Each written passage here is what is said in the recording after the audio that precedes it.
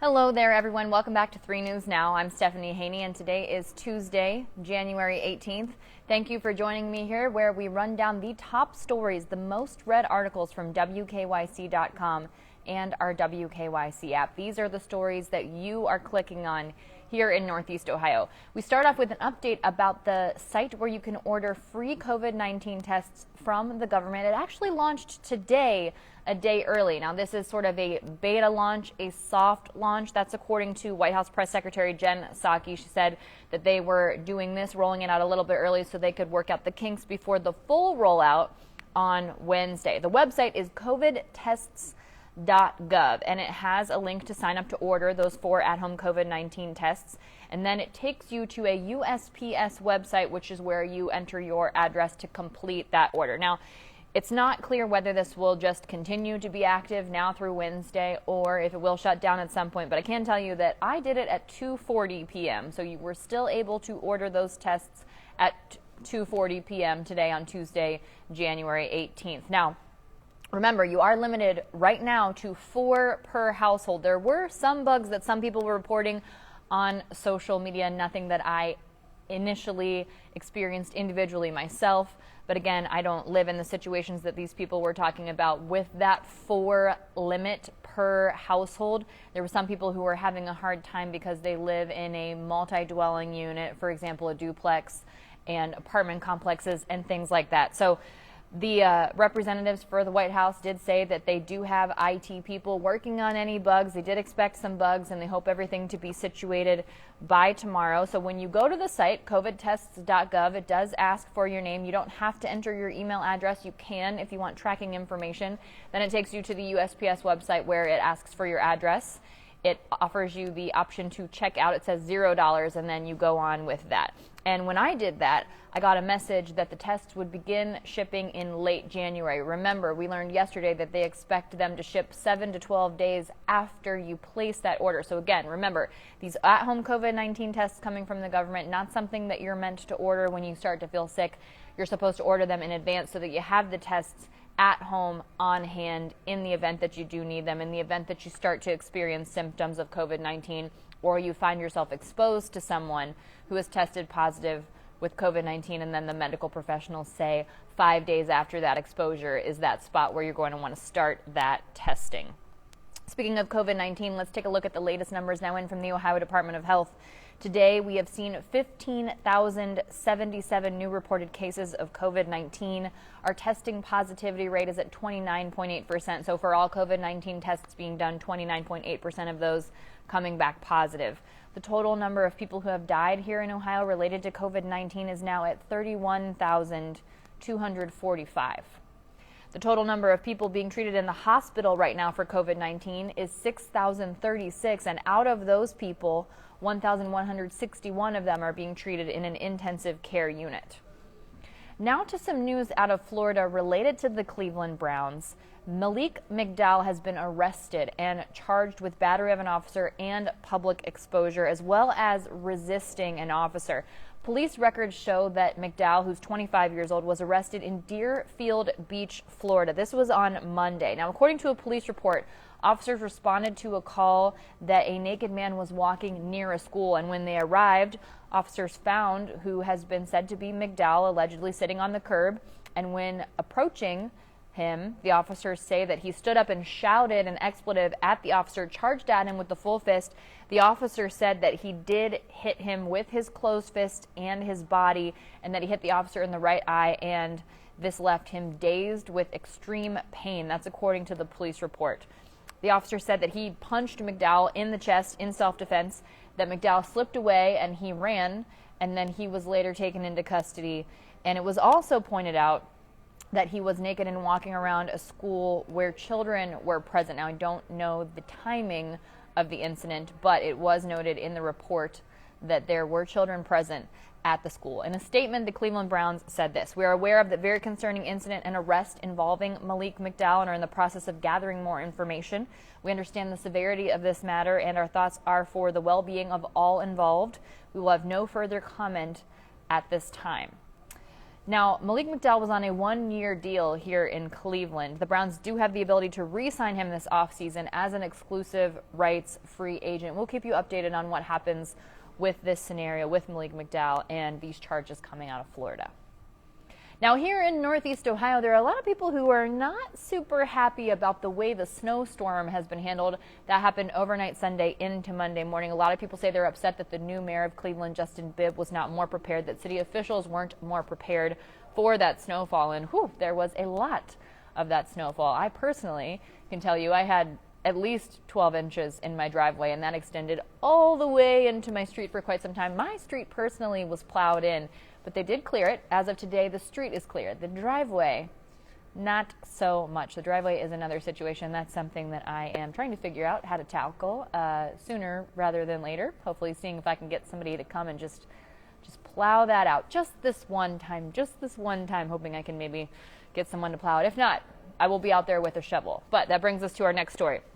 The USPS, the United States Postal Service, they are asking for help keeping outdoor areas clean in winter weather. This is a safety hazard, of course, not only for people who live in these places and your neighbors and people who need to walk in the neighborhood, people who are pedestrians who travel on foot, but also for the postal workers. Having the area around your mailbox clear helps the delivery of mail on time and also helps people from getting injured. So they're asking to please make sure that patches of snow and ice are not in front of mailboxes so that the mail can be delivered safely. And by making sure that area is clear, including steps, porches, walkways, and approaching the street, this helps to ensure safety during these tough winter months when we can get, as we have all just seen, a whole lot of snow.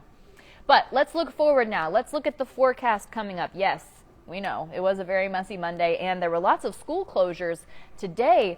Not only because of, because of the snow staying packed on those side roads. A lot of those main roads clear today in Northeast Ohio, but some of those side roads, mine did get plowed, but not every side road did get plowed, and then people can't get to school. So lots of schools closed today, but conditions are expected to be calmer today, and the highs today top out at the low 30s. This is from our 3 News meteorology team. Holly Strano, meteorologist, said this is a very seasonal vibe, mostly overcast to start the day today. There will be some sun, and that's going to make a lot of difference. Temperatures tomorrow will approach 40 degrees, but things will be cold later in the week. Actually, she used the word frigid. So today, Tuesday, leftover lake snow showers ending with a mix of clouds and sun, lows in the 30s. On Wednesday, a brief warm-up with highs around 40, clouds with a chance of rain and snow, and then Thursday, frigid air returns. Upper teens. So it'll be very cold for that snow that's on the ground. So my personal goal is to make sure that driveway gets clear before Thursday, before everything really freezes up and makes it tough to handle.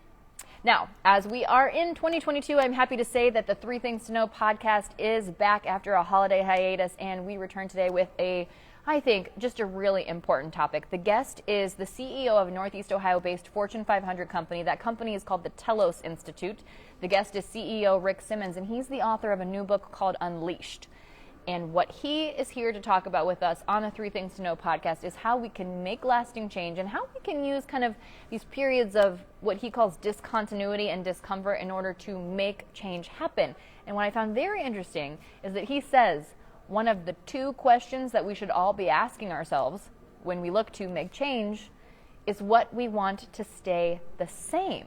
I found that to be very counterintuitive. I found that to be very interesting. And the idea here is that people get a little scared of change. They get a little uneasy about change because they think that it's going to be sweeping change all the time. But when people are aware of what will actually stay the same, what will remain constant, then they're much more comfortable making small tweaks in order to get themselves to a better situation, whether that's personally, whether that's professionally, physically, emotionally, mentally, what have you. It's a great conversation. You can find it on the WKYC YouTube page, also on the WKYC Instagram page and my Instagram page, and on every single podcast platform. It's a video podcast, so you can watch it on Instagram and YouTube, or you can listen to it on every podcast platform. Check it out. It is a great conversation. Something else that you should check out before Friday through Friday is Akron's Winter Blast. They have ice bumper cars, you guys. ice bumper cars. I don't really know that I need to say anymore, but I will. This is happening at Akron's Lock 3 Park. They've been doing this for the past 17 years. They've got ice bikes. They have an indoor polar putt-putt course. It sounds fantastic. They also have igloos that you can rent, $50 for 2 hours. It fits up to 8 people, and they have fire pits that you can rent. Those are $15 per hour. There's a concession stand with plenty of snacks. They have hot chocolate, and they also have adult beverages if you would like to partake while you were there. It runs through this Friday, okay? It's closed today, so you can't go today, but you can go Wednesday and Thursday from 11 a.m. to 9 p.m., and you can go Friday from 11 a.m. to 11 p.m. So if you got some time, you can get to Akron. I would highly recommend checking that out. I think that ice bumper cars sound amazing. Also, there are 6 new restaurants coming in 2022 to the Northeast Ohio area. This is from our food editor, Doug Tratner, one of our 3 News contributors. They're coming to the Flats, they're coming to Ohio City, they're coming to Cleveland Heights, lots of different places. Here's a couple of them, okay? There's a restaurant called Jade that will be on Old River Road. This comes to us from the former owner of XO Prime Steaks. That was in the Warehouse District, right downtown, close to the Flats. And the owner said, he just wanted something waterfront. So there it will be. It will be an Asian fusion restaurant. That's coming very soon. Another thing that's coming, Cordelia. This will be on East 4th Street. This will be in the former Lola Bistro space. It will be owned by Andrew Watts of Forward Hospitality. And the new Nighttown, the newly envisioned Nighttown. Remember, everyone was very upset when Nighttown closed in Cleveland Heights. Well, the Red Restaurant Group is preparing to make its big return, and that is expected to happen later this year. For more restaurants that you need to check out from Doug Tratner, find that on WKYC.com. Something else coming to us soon, Slipknot is bringing its Knot Fest concert to Rocket Mortgage Fieldhouse. That will be on April 4th, and they are bringing friends. When they make the stop here in Cleveland, they'll be joined by the bands This Moment and Ginger. So you can get tickets and VIP packages on sale for the general public starting Friday at 10 a.m. Eastern at knotfestroadshow.com. Obviously, that's K-N-O-T, like Slipknot, knotfestroadshow.com. Also, here's something that's very cool. This year's roadshow will be part of Live Nation's Live Stubs initiative. So there will be digital collectible NFT ticket stubs for ticket holders. They're free when you get your ticket, and when you get that NFT, when you get that digital ticket stub, you can view it, you can share it, you can give it to someone else, you can trade it, you can resell those live stubs on livenation.com. Now, this is different than the tickets. You're not selling the tickets when you do this. It's just the actual stub, that memento. So this is a digital memento. It's an NFT. The world of NFTs is very interesting. Still trying to wrap my mind around it, but Live Nation getting in on the NFT game, and that's pretty cool. And before we go here, we do have to revisit Odell Beckham Jr.'s performance last night in the playoff game that the Los Angeles Rams won. And some of his former teammates on the Cleveland Browns were praising his performance. He did have a pretty great performance, by the way. He caught 4 passes for 54 yards and a touchdown, and he threw his own pass. He threw a 40-yard pass to somebody else in that game. So lots of Browns players had some good things to say about him. Jarvis Landry, of course, who was his former teammate at LSU, and his best friend, Rashard Higgins, Greg Newsome II, Mack Wilson Sr., and safety Mack Wilson Jr., I believe, and safety Javonte Moffett. They had good things to say about him. Most of them just tweeted OBJ with the diamond. That was Jarvis Landry. Just a lot of love for OBJ from his former teammates on the Cleveland Browns. So now the Rams go on to play in the next round of the playoffs. OBJ will be there at least, through the playoff season. He signed a 1-year deal with the Rams. And by the way, since he joined the Rams, he caught 27 passes for 305 yards and 5 touchdowns in the 8 regular season games that he played. That's before venturing in to the playoffs this weekend, racking up another touchdown. So the Rams now go on to the next round of the playoffs. They will play the Buccaneers on Sunday at 3 p.m. That will also be on NBC, so you can watch that if you want to check in on how OBJ is doing in the playoffs with the Rams. And the Cincinnati Bengals will play the Tennessee Titans. That'll be on Saturday at 4:40 p.m. That's it for your 3 News Now update today for Tuesday, January 18th. Everybody stay safe out there. Hopefully you're not snowed in anymore, or you're figuring out how to shovel yourself out of your driveway. That's what I'll be doing. And I'll see you back here tomorrow.